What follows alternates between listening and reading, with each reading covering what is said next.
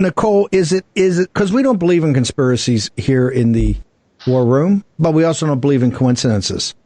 Is it a coincidence that New Federal State was, and is there a correlation between you guys go to Turning Point and have an amazing Turning Point conference where everybody's talking about the New Federal State? Everybody's talking, the kids there, the young people are so anti-CCP, it's amazing because of the message you sent. Then we go to CPAC, and you're there at CPAC, and you have an incredible presentations. You're doing TV. I go over there and do the bit on Xi.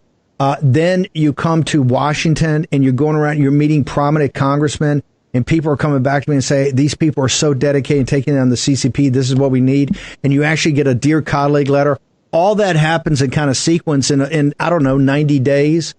And then Miles is rolled up by the DOJ. Is there a correlation between the New Federal State of China getting its sea legs in American political culture and making an argument backed up by facts about the Chinese Communist Party's infiltration into the American business community, into the American financial system, into the corporate system, into Hollywood, into the universities, and particularly on Capitol Hill?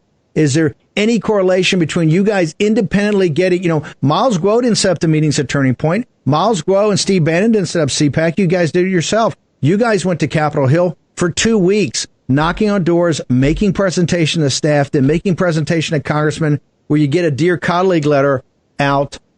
Is there any correlation that Miles, all of a sudden, the Justice Department, with the trial coming up and you guys getting traction, momentum, next thing you know, he's rolled up by DOJ, ma'am?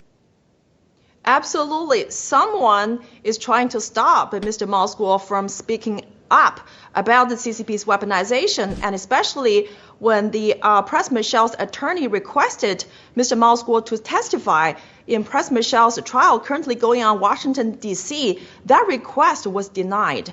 And Mr. Miles Guo was also arrested on March 15th. So he won't be able to testify in Press Michel's trial.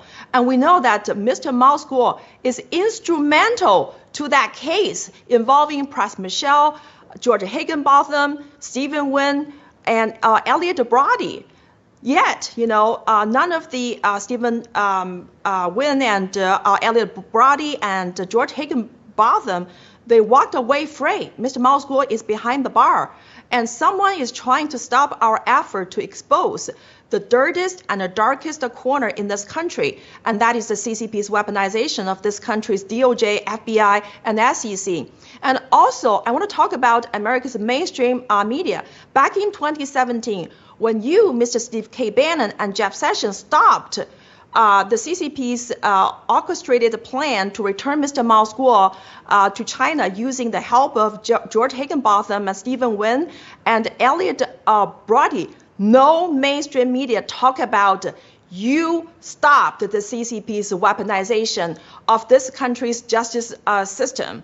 And the mainstream media also did not talk about Mr. Miles Guo is the biggest victim of the CCP's weaponization of the DOJ and the FBI in Press Michel's case, because if you look up all the mainstream media talking about Press Michel, they don't mention Mr. Miles Guo. And in one of the CNN's report, they even dare not mention Mr. Miles Guo's name. They just say Press Michel was involved in the case involving a prominent Chinese dissident. Who is that Chinese dissident? It's Mr. Miles Guo, and he's behind federal bar. Yeah.